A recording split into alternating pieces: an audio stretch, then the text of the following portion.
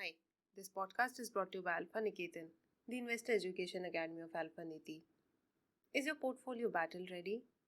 As Russia goes ahead with the war on Ukraine, financial markets worldwide are in a tailspin. Benchmark indices have tumbled in America, Europe, and Asia in tandem. Bond yields are spiking as international oil prices surge to $100 per barrel, and interest rates are all set to go up. As an investor, you may wonder whether to get into a risk off strategy like everyone else, or follow legendary American investor Warren Buffett's philosophy to get greedy when everyone else is fearful. When there's uncertainty, the best thing to do is to step back and wait for things to settle down. Rushing in to make some quick buck right now could be like catching a bunch of falling knives. Many factors beside fundamentals drive the sharp sell off in the market. Foreign portfolio investors are worried about inflation in the rich world and adopting a risk off strategy. It is not just Indian shares, but markets worldwide are witnessing a sharp sell off. Indian shares are particularly facing the heat as they outperform in 2022. Mid cap and small cap shares usually get hammered in such situations.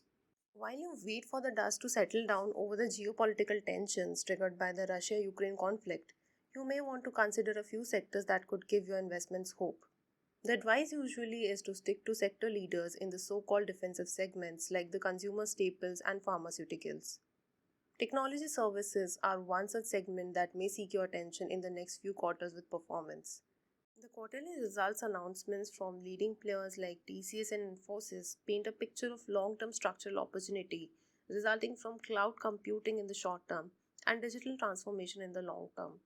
So much so that the managing director of TCS, Rajesh Gopinathan, told analysts at a conference call that there was an expectation of a pricing price environment.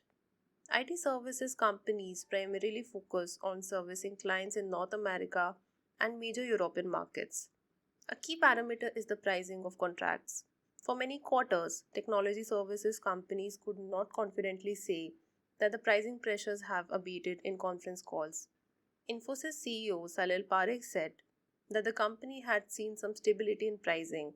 The good news is that these companies do not have to cut prices to win businesses anymore.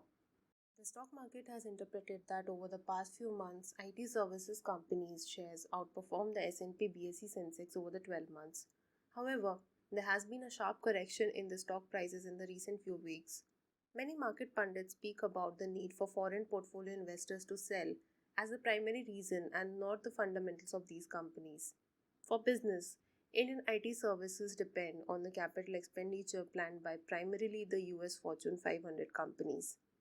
The digital transformation waves across business processes has forced large companies to incur higher operating expenses. That would mean that the Indian IT companies could get recurring business. That is as fundamental as it can get. Investors selling in a panic now are most likely to return to IT services companies again. For those who missed the last opportunity in technology shares, the sell off right now could be a point of entry. Thank you.